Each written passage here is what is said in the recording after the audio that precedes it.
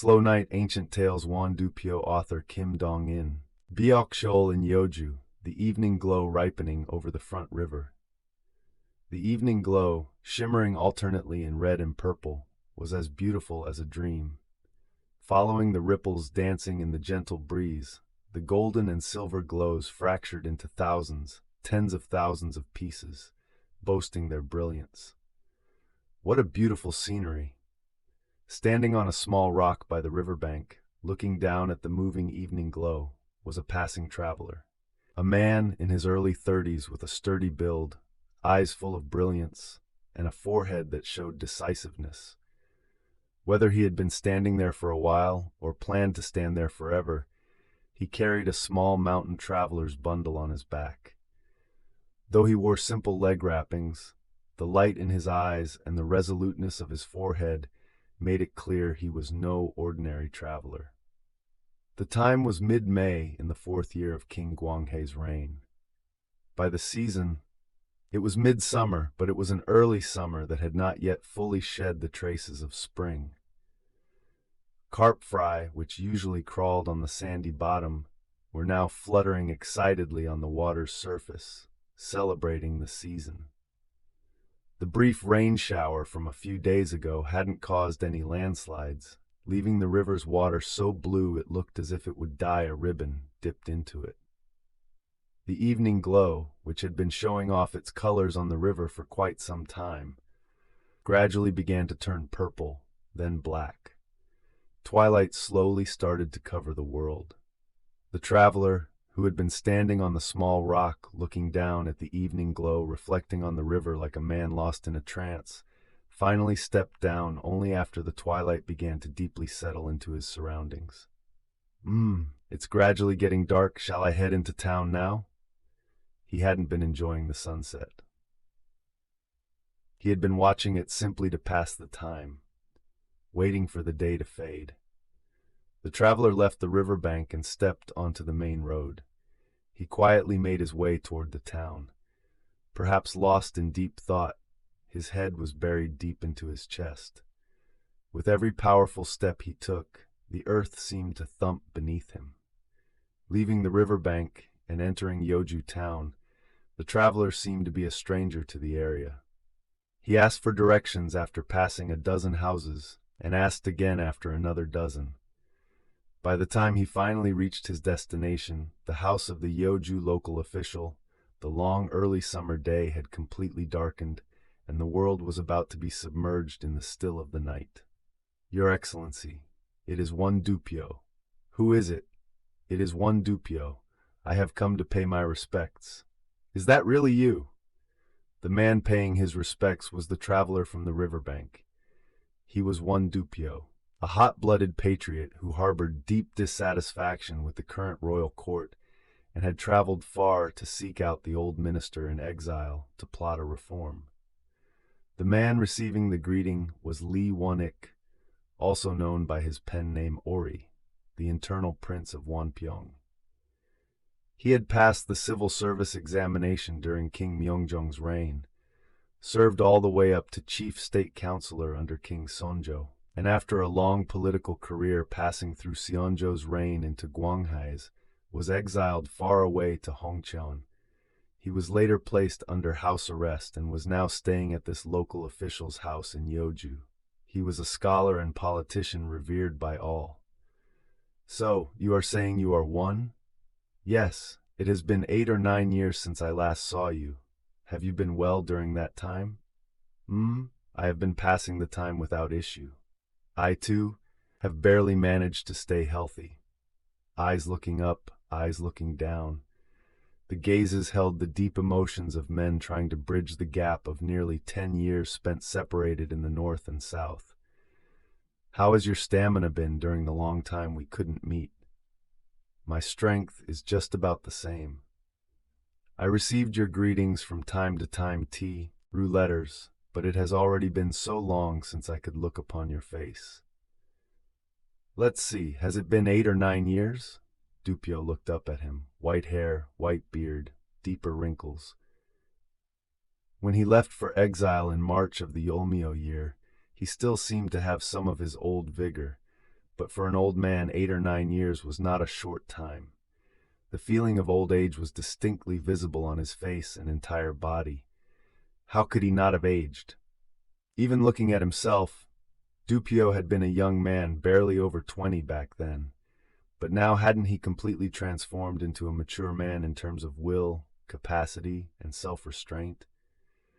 Greetings and small talk were briefly exchanged, but that was all. Their conversation hardly touched upon politics. Du-pyo solely stuck to pleasantries and small talk, and Minister Ori likewise did not open his mouth about politics, only returning the casual chatter. The night deepened completely. Late into the night, the old minister and the young patriot exchanged small talk while laughing heartily together. To anyone listening, it would have seemed like purely trivial chatter. However, between these two men walking the same path with discontented hearts, the old minister and the young patriot, this humorous and seemingly insignificant small talk was more than enough to communicate their true intentions. Your Excellency, the main beam of my house is rotting and is almost completely sinking. Should I just repair the rotten spots, patch it up, and leave it as is, or should I tear out this beam and replace it with a different one? I am hesitating. After pondering this small talk for a long time, the old minister finally answered in a heavy voice, "You must replace it. If I replace the beam, I'll have to replace many of the rafters too. I saw a good rafter that had rolled far away a while ago. Shouldn't I bring that back and use it as well?" To this question, Minister Ori answered without hesitation, "As long as the material isn't too worn out, you should use it." To put it another way, in response to the question of whether the minister would join in replacing the current corrupt king with a new one, this was nothing less than Ori's cheerful consent. It was well past midnight when they went to bed. Waiting for Ori to lie down first, Du-pyo blew out the candle and went to bed as well. But he couldn't fall asleep easily. With a tense mind, Du-pyo, who usually fell asleep the moment his head hit the pillow, simply couldn't sleep this particular night. It wasn't just because he was so happy that all the problems were being solved so smoothly. Through what seemed to others like trivial small talk, they had roughly conveyed their intentions to the minister, and roughly understood the minister's intentions in return. However, there was still one major problem, the biggest problem of all, left unresolved. Who to enthrone? The issue of tearing out the current rotten beam and putting in a new one was settled. But which beam would be the new beam? Among the young comrades themselves, there was already a rough consensus. They had agreed to enthrone Prince Nungyang, the fifth son of the former king and the offspring of Prince Jongwon, who was the fourth younger brother of the current king. However, would Minister Ori view this opinion favorably? The former King Sonjo had many children. Counting the offspring of all his queens and concubines, there were 14 sons and 11 daughters, 25 siblings in total. Among them, the current king was the second son. The eldest, Prince Imhai, was eliminated by the king after his accession. His nephew Prince Nungchang and Prince Yongchang, the son of the legitimate queen, were also disposed of under similar charges, reducing the number of brothers. But even so, if you counted the remaining brothers and the nephews born to them, it was not a small number. Out of all these royal relatives, would the one their group had in mind IGN with the one Minister Ori had in mind? Then why did the young comrades choose to enthrone Prince Nungyang out of so many royal family members? There was a justifiable reason for that as well. Essentially, becoming the central figure in such an incident is a highly difficult task. If things went well, it goes without saying that the person would become king, and those who worked with him would all become meritorious subjects. But if anything went wrong, they would inevitably be beheaded under the charge of treason.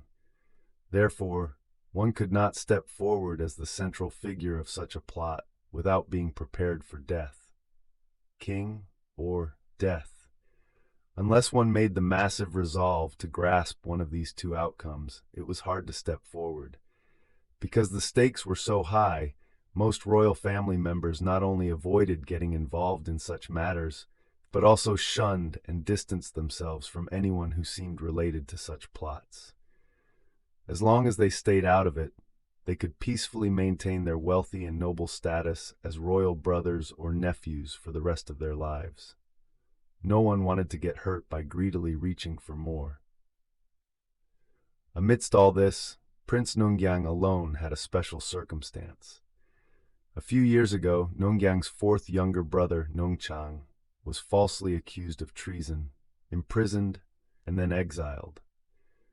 Shocked by this unexpected turn of events, Nungyang immediately went to his uncle, the king, to apologize and plead. Firmly believing that his brother Nungchang was definitely not someone to plot such an outrageous act, Nungyang prostrated himself before the king and begged. When he failed to get a good result from the king, Nungyang changed his method and decided to seek out Ryu Huibun, the brother of the queen, to plead with him. But Ryu wouldn't even meet Nungyang. In the eyes of Ryu, who wielded absolute power as the queen's brother, the king's nephew Nungyang was utterly insignificant. When Nungyang went to find him, Ryu claimed to be busy drinking with friends and refused to see him. This time, Nungyang went to meet Ryu Huibun's concubine. As the current king's nephew, in peaceful times, the concubine of a mere maternal relative would be nothing to him.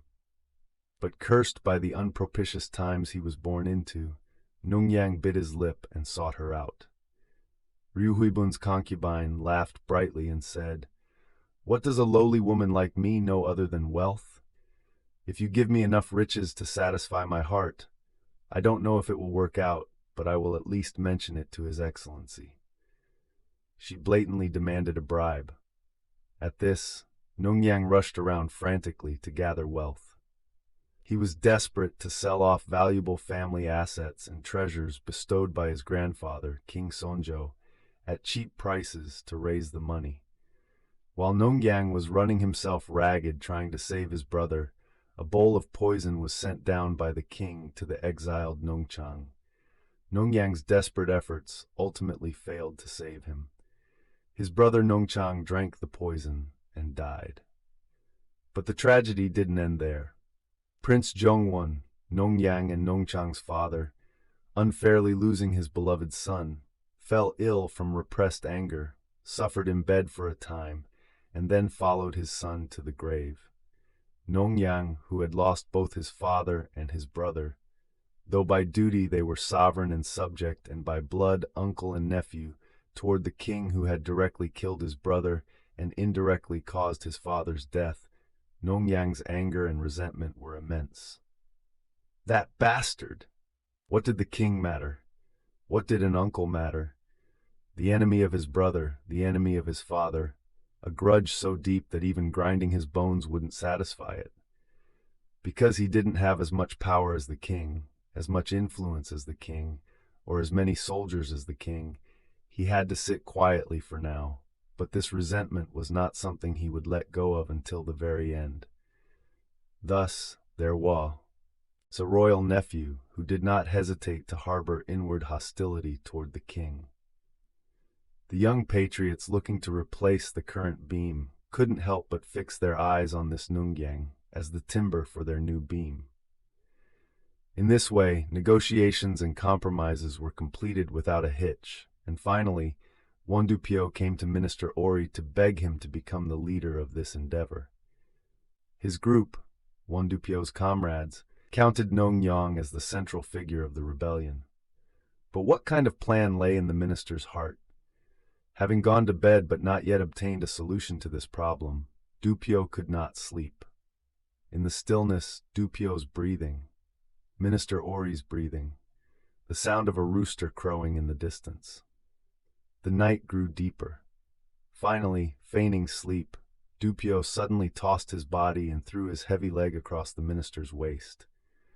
Placing a healthy man's heavy, strong leg over a frail old body brought an immediate reaction.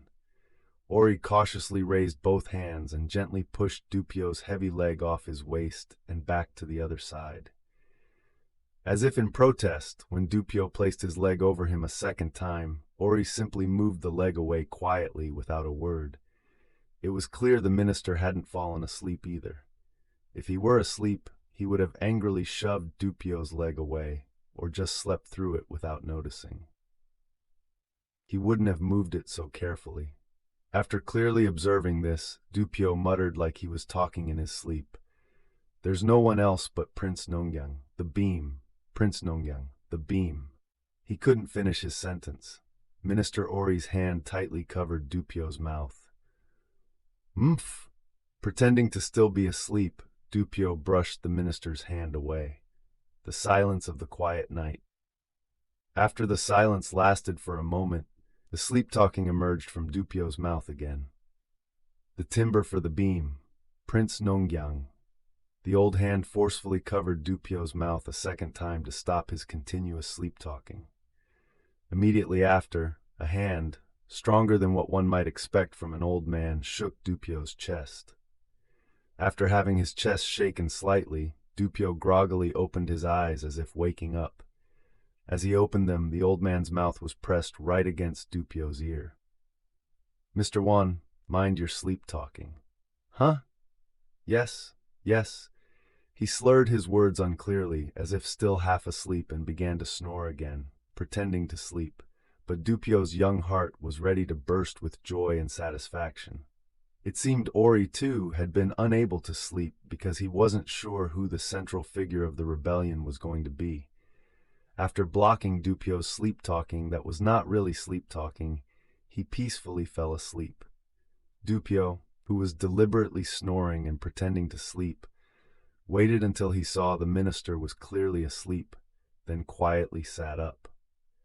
Feeling for the small mountain traveler's bundle he had left untied with his right hand, Du-pyo left the local official's house in Yeoju behind without saying goodbye to the sleeping Minister Ori, and set out onto the dark night road. Receiving the morning sun across his whole body, Won Du-pyo hurried back toward Seoul. Now, 8/10 of the work was done. Only the uprising itself remained. When he came down to Yeoju, representing his comrades, a huge burden was on his shoulders. Even if they carried out the uprising and succeeded, if it was done only by young men with no reputation among the people, it would be seen as nothing more than a treasonous act by those lusting for the throne. Only after the globally trusted internal prince of Wanpyeong, Ori Lee Wonik, joined the cause would the people's trust turn toward them. Would he, or wouldn't he? Du-pyo, who had come down to find out which way the old minister's head was leaning, had perfectly completed his mission and was rushing back to his comrades with the spirit of a triumphant general to discuss the final uprising. If a king is not like a king, must a subject not act like a subject? Even if a king is not like a king, must a subject still be like a subject? These agonizing thoughts that sometimes struck his mind when gathering comrades no longer tormented him. Now there was only light ahead of him. Enthroning the wise, benevolent, and compassionate Prince Nungyang as king, holding up the experienced and erudite Ori as their leader, and led by their own courageous, decisive, and fearless group, this country they would guide in the future would have nothing but happiness and light. A vast territory, wealthy citizens, a strong army, and fertile land. Weren't Prince Nungyang, possessing wisdom, benevolence, and courage, and his faction the ones destined to lead it all? Even the lush green grass and trees boasting their colors on the summer day seemed to bless Du-pyo's path. The chirping birds, the flowing spring water, the gently blowing wind, none seemed not to bless his future. Usurpation and rebellion, restoration. Of these two names given to the same action, the name usurpation must absolutely never be heard. To proceed cautiously, the subjects must take the lead while the future prince hides in the shadows, executing the plan without a single mistake so that they absolutely never leave behind the title of traitors who aided in an usurpation, even in the future. Caw. He looked up to see a single crow. Caw! Shoo! Caw! For some unknown reason, a chill went down Du-pyo's spine. Du-pyo, who wouldn't blink an eye even if a tiger blocked his path, shuddered at the three cries of this crow. Shoo! The crow looked down from the tree. He swung his arms at the crow, looking down at him, but the crow simply stared at Du-pyo unfazed. Shoo! Go away! Only after he yelled and shouted several times and finally threw a stone did the crow let out one more caw and fly off to a distant mountain. Looking around, he had already crossed the Manguri Pass.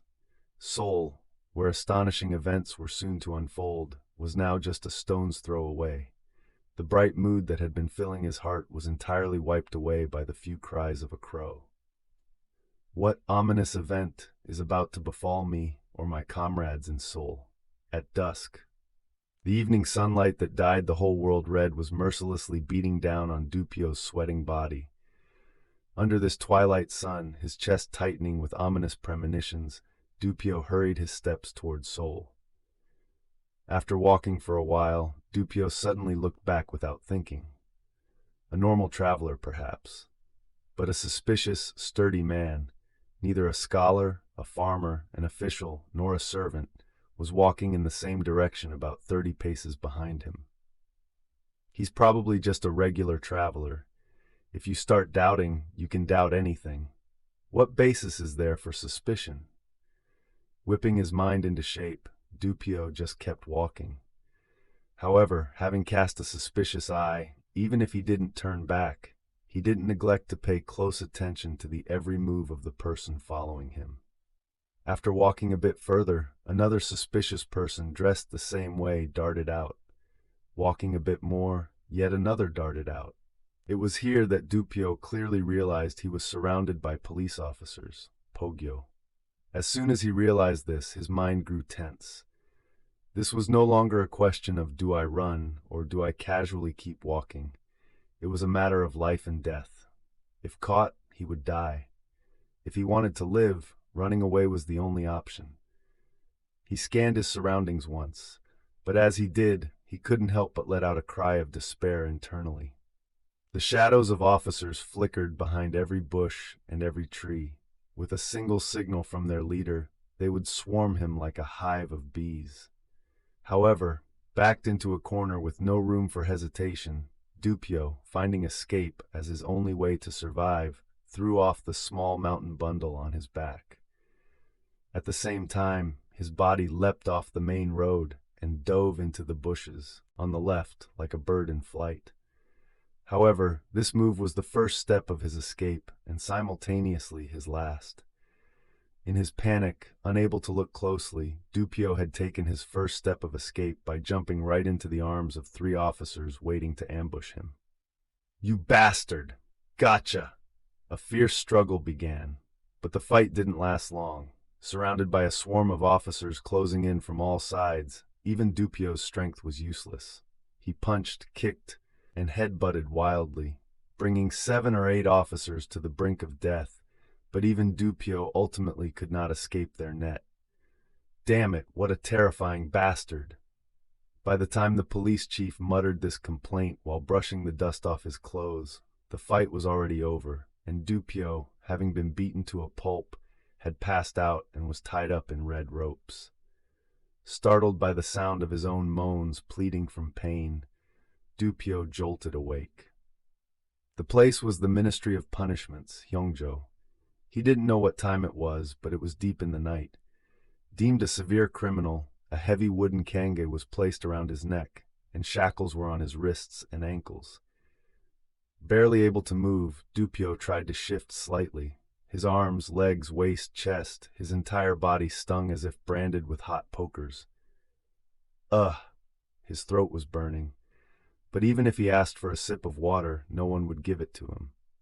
Since he was a serious criminal, the jailers were guarding him even in the dead of night, rubbing their sleepy eyes, but they wouldn't give him a single drop, let alone a sip. How much had he been beaten? He remembered crossing the Manguri Pass, walking past the tavern, being surrounded by officers, and starting a fierce fight, but his memory cut off after that, as he must have lost consciousness. Waking up to his own moans, he found himself locked up in the Ministry of Punishments, his body aching unbearably. Ah! A moan threatened to slip out again, but this time he suppressed it. In this era, being caught on charges of treason meant being beheaded without question, regardless of right or wrong. Since he wasn't caught for banditry or rape, if a charge was laid upon him, it could only be treason. Caught under the charge of treason, he was destined never to see the light of day again. For him, who would die without seeing the bright world again, to let out moans because he couldn't endure this much pain would be a lifelong disgrace unbefitting a man. Endure the moans. What is this little pain? Right before my eyes stands the massive shadow of death, which cannot even be compared to this pain, does it not? It was obvious that horrifying torture would rain down on his body starting tomorrow. Who are your cohorts? Who is the central figure? Who is the leader? Since they would use any means to drag words out of a man trying to keep his mouth shut, the most brutal and terrifying tortures would fall upon him. But let me endure all these tortures and keep my mouth shut. Even if my tongue is severed and my teeth are shattered, let me never open this mouth. Since I am already captured and must face death, I cannot help it, but I must ensure the disaster does not spread to others because of my mouth. And furthermore, that our crucial mission is not crushed halfway. Biting down hard to suppress the groans escaping from the agonizing pain, Du-pyo spurred on his resolve. Even in this situation, what made him grind his teeth in anger was wondering who had informed the Ministry of Punishments. Was it a comrade? He mentally listed his comrades. But those comrades who had sworn strict oaths, no matter how many times he counted and doubted again, there was no one he could point a finger at. Then was it Nungyang? But that was impossible. Leaving aside his trust in Nungyang's character, if he made such a report, the first person to be suspected by the highly paranoid king would undeniably be Nungyang himself. Nungyang wasn't the informant either. If he couldn't find the informant among his comrades, he couldn't even guess who it was. If a secret known absolutely to no one but their comrades was reported, it could only be interpreted in an entirely different way. Under the system of the time, if someone reported a treasonous plot, the accused was beheaded without question, and the informant was given a government post without question. Then, perhaps this informant knew nothing of his group's secret activities, but merely out of greed for a government post, picked a plausible target and made a report, which unfortunately fell upon Won Du-pyo. He could only see it that way. In that case, the court probably knew nothing of his group's plans and had only arrested him alone based on the report of someone blinded by the prospect of a government post.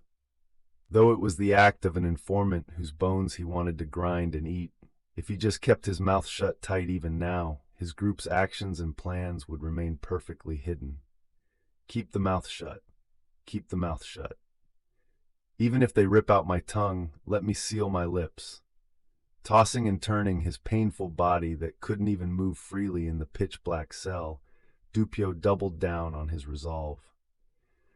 Summer nights are short, but a night spent in agony was not short. Du-pyo spent that endless night tossing and turning without letting out a single groan, from the Ministry of Punishments to the State Tribunal Gumbu. The brutal torture against Du-pyo began at the Gumbu. Even against interrogations that utilized every torture device available at the Gumbu, Du-pyo did not offer a single word in reply. He didn't even let out a single groan. Flesh tore, skin ripped, and bones broke as they applied every cruel torture imaginable. But not a single cry escaped Du-pyo's lips. "You bastard, will you not confess? Who is the mastermind? How many bastards are in your gang?" Enduring continuous torture, and when he couldn't hold on and fainted, they would splash water on his face to wake him and start the torture all over again. Starting in the morning and going until night, resting briefly, and starting again the next morning until night. Despite these daily interrogations, he never opened his mouth once. Hoping he might blabber from exhaustion or delirium, the interrogations continued relentlessly, but he only lost consciousness, never opening his mouth. He didn't even try to excuse himself by saying he had no cohorts and had never planned such a thing. It was exactly like beating a block of wood. No excuses, no groans, no confessions. It was an object without nerves or emotions, not a human. Even during the personal interrogation by the king, he responded only with silence. However, from the perspective of the Gumbu, Won Du-pyo was clearly someone plotting something, and he clearly had accomplices. First of all, even a criminal with clear evidence against them would try lying a few times. But the fact that Du-pyo made absolutely no excuses from beginning to end was evidence that he definitely had a conspiracy. What proved even more that Du-pyo had a faction was the disappearance of his family. The day after Du-pyo was captured by the Ministry of Punishments, when the officers arrived at his house in Pildong to arrest his family, there was not a single person left, only a stark, empty house. Someone had clearly tipped off his family that Du-pyo was arrested and charged with treason, which was why they were able to flee so quickly. Otherwise, it would have been impossible. From here, the Gumbu's search spread in three directions. One branch, of course, was the interrogation of the already captured Du-pyo. Another branch was the search for his missing family. The final branch was tracking down the whereabouts of the people who used to associate closely with Du-pyo. However, all three branches yielded absolutely nothing. Du-pyo continued to remain silent. The whereabouts of his family remained completely untraceable. His former close friends had all vanished without a trace as well. They had captured Du-pyo. They had also pinned the charge of treason on him. It was easy to guess that the accusation wasn't entirely off the mark. But that was all. They couldn't take a single step forward from there. What exactly he was plotting or trying to plot, that was a problem that could only be solved if Du-pyo opened his mouth or his accomplices were caught. Unable to catch the gang, and with Du-pyo keeping his mouth shut, they had no choice but to execute the already captured Won Du-pyo alone under the charge of treason. After a month and a half of relentless torture and interrogation, the Gumbu eventually grew tired of it and threw him aside. On the 6th day of the 6th lunar month, the treasonous criminal Won Du-pyo is to be beheaded at Saenam-teo. This was the conclusion. They couldn't go any further than this.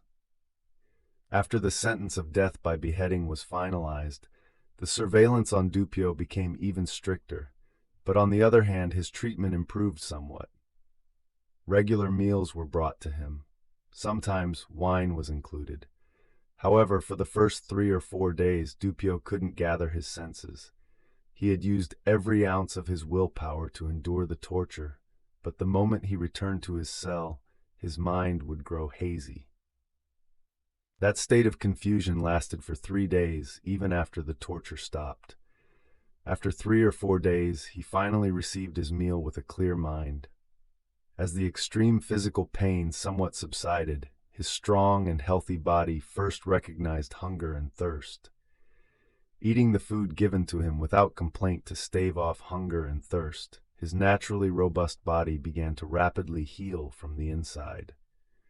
Outwardly, due to a half-month of horrifying torture, thick scabs had formed over his torn and ripped flesh, and every time he moved, blood seeped out, forming new scabs, creating a gruesome sight too terrible to look at. But inwardly, his health was recovering little by little. As his physical health recovered, his mind gradually recovered as well. But regaining his mind only served to magnify his mental anguish and agony. The dream he was building, the illusion he was perfecting, collapsed right before his eyes. The beautiful summer that he could have grasped if he just took one more step, just one single step, faded away before his eyes. It was useless to fret and burn with anxiety over a body that would die in a few days. but he couldn't easily give up on that dream that had come within 3 feet of his eyes before suddenly vanishing. Thus, the day rushing him toward death drew closer day by day. The 6th day of the 6th lunar month of the Imsul year, the day the treasonous criminal Won Du-pyo is to be beheaded. The cart carrying the criminal destined for execution left the Gumbu at noon. The protagonist of the day, his top knot undone and face smeared with ash, wearing a criminal's robe and bound tightly.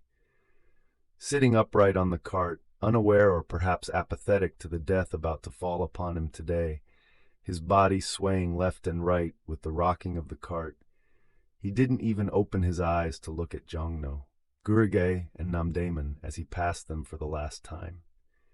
The executioner and the penal officers followed behind, and the overseeing magistrate rode high on a horse at the very back. Following them was a flock of spectators rushing along, drawn by the spectacle. The weather, which had been clear since morning, gradually turned dark and gloomy past noon. The dark, billowing clouds floating about seemed to mourn the condemned man. It wasn't until well past the hour of Mi, 1:03 p.m., closer to the hour of Shin, 3 to 5 p.m., that the procession crossed Nodale River and arrived at the execution ground in Sainam-teo. Upon arriving at the execution ground, the criminal was dragged off the cart and thrown onto a straw mat. Yet, as if oblivious to all of this, the criminal's yes remained shut. Just as he hadn't uttered a single word for the past month, his eyes hadn't opened even once since this morning. There was still about a quarter of an hour left until the hour of 5 to 7 p.m., the time for the execution. During that time, the officers busied themselves preparing for the execution and controlling the crowd. The executioner squatted in front of the cart the criminal had just ridden, indifferently inspecting and stroking the gleaming blade that would soon sever the man's head. Whisper, whisper, the chatter of the onlookers. The weather grew increasingly dark, and a chilly wind began to blow. Amidst all this, the time hastening the criminal's death ticked away without pause. "It is the hour of you," the voice announcing the time. For a moment, a pale tension spread across the faces of everyone, from the magistrate down to the spectators. The only ones remaining calm and indifferent were the criminal whose head was to be severed, and the executioner who would sever it. Even the air and the earth seemed to tremble. The magistrate quietly stood up from his seat. The executioner holding the sword moved behind the criminal, the restless crowd, the officers glaring with vigilant eyes. Amidst this, the magistrate's voice rang out. "Ask him if he has any final requests." When the message was relayed to the criminal through an officer, the head that had been deeply bowed all along finally began to lift slowly. Slowly, his face looked up at the sky. However, with his eyes still closed and his lips still sealed, he merely shook his head a couple of times to indicate he had no requests. A grim atmosphere flowed beneath the gloomy sky. "Then give the criminal some wine." From the front, an officer brought over a bowl of wine, and from behind, the executioner began to roll up his sleeves. When the first sip, the second sip, and finally the last sip went down, that would be the moment the executioner's blade severed the criminal's head from his body. "Here, drink the wine." At the freezing touch of the wine bowl against his lips, the criminal flinched. The next moment, his eyes flashed open. Those open eyes quietly, silently scanned the surroundings once, twice, 3 times. After surveying the area, a strange expression that could only be described as a smile flowed around the corners of his eyes, and behind that smile flowed a grim determination. "A request. I do have a final request." Opening his eyes for the first time today, the first words spoken out loud in a month since being captured by the Ministry of Punishments. Everyone, from the magistrate and officers to the spectators, was startled by the voice that seemed to emerge from thin air. "Yes, what is it?" "My final request is nothing else, but could you untie these bindings?" What bizarre nonsense for a severe criminal. How could they even loosen the ropes, let alone untie them? Just as a look of hesitation and refusal appeared on the magistrate's face, the words continued. For my final cup of wine before leaving this world, I wish to hold it and drink it with my own hands. Though drinking it with my own hands changes nothing, I do not wish to rely on another's help for my last drink. Furthermore, as your excellency knows, my body is so severely broken that I cannot move even a single step. What concern could there be in untying my bindings? It was a plausible request. The magistrate looked at the officers. Then he looked around at the crowd. The sympathy toward the criminal lingering on the faces of the officers and the spectators finally led the magistrate to grant the request. Untie him. The criminal's bindings were removed. Freed from his ropes, the criminal rotated his neck back and forth, left and right. He moved his shoulders, testing the flex of his arms. Leaning on his knees, he slightly raised his body to bend and stretch his legs. After that, he quietly sat back down. "Thank you. Bring the wine bowl here." Meinl received the wine bowl offered by the officer with both hands. The hands bringing the bowl to his mouth seemed to tremble slightly. Thus, 1 gulp, 2 gulps, the wine of death went down smoothly. At the exact moment he swallowed the 3rd gulp. No one clearly saw what happened at this moment. Suddenly, the criminal was gone. At the same time, an astonishing commotion erupted. The executioner collapsed backward.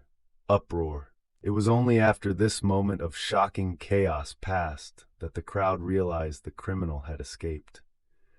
Smashing the wine bowl into the face of the officer in front of him, he had kicked the executioner in the groin with his back foot, slipped through the crowd, and was now running toward the Han River. Catch that bastard! By the time the magistrate and officers regained their senses and started chasing him, the criminal was already 30 or 40 paces ahead. But where could the criminal run?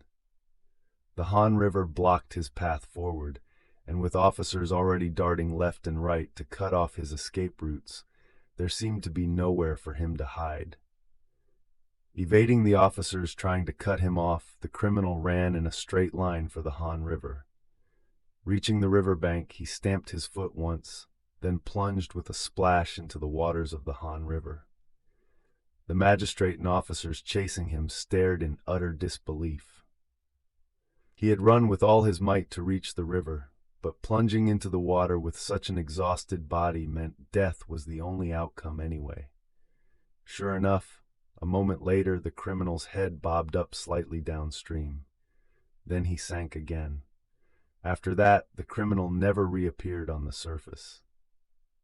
The magistrate and officers mobilized every boat on the river and guarded the area until dark, maintaining an airtight watch along the riverbanks through the night, but not a shadow of the criminal was ever seen again. He must have preferred to become a ghost with his head still attached, rather than be chopped in two.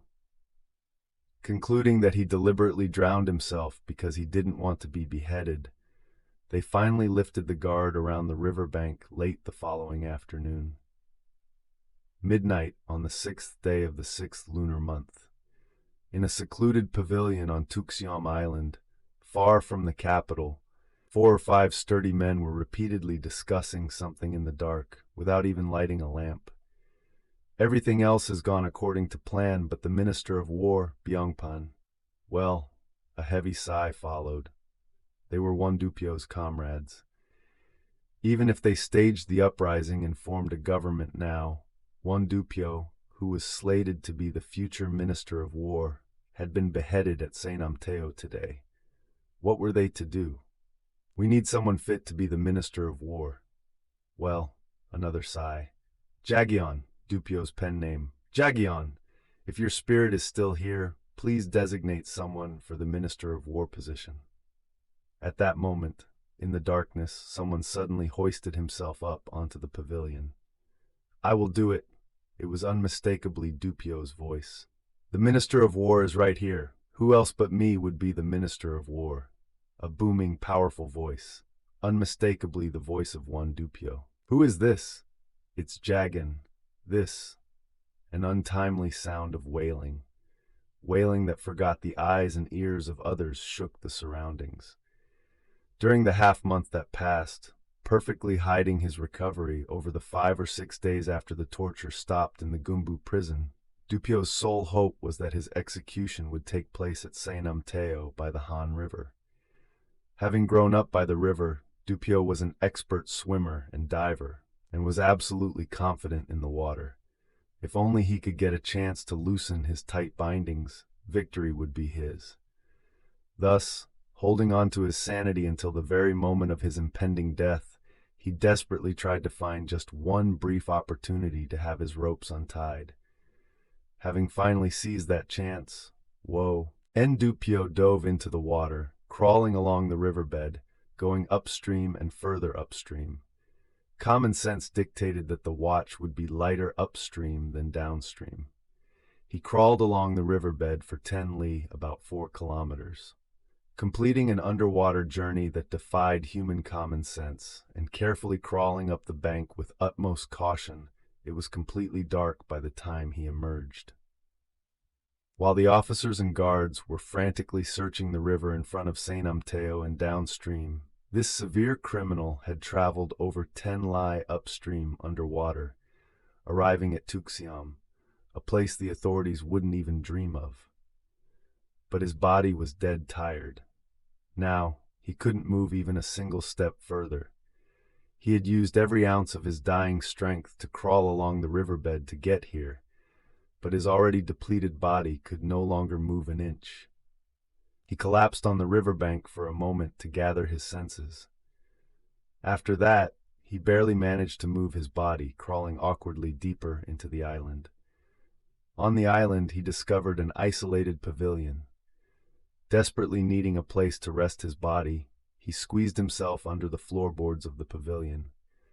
The moment he felt safe, he fell into a deep sleep due to extreme exhaustion. Waking with a start in the middle of the night, he heard the murmuring voices of men from atop the pavilion. For a moment his mind went blank. He thought the hands of the police had reached this far. But listening closely, though it seemed like a dream, the voices above belonged unmistakably to his familiar comrades. "Jagan! Jagan!" The sound of his comrades calling for him, their sorrowful grief, believing he was dead. Thus, having once crossed the threshold of death, Won Du-pyo later achieved his goal by enthroning Prince Nongyang with Lee Wonik as their leader. The Injo restoration recorded on the surface of history was, in fact, the accession of Prince Nongyang.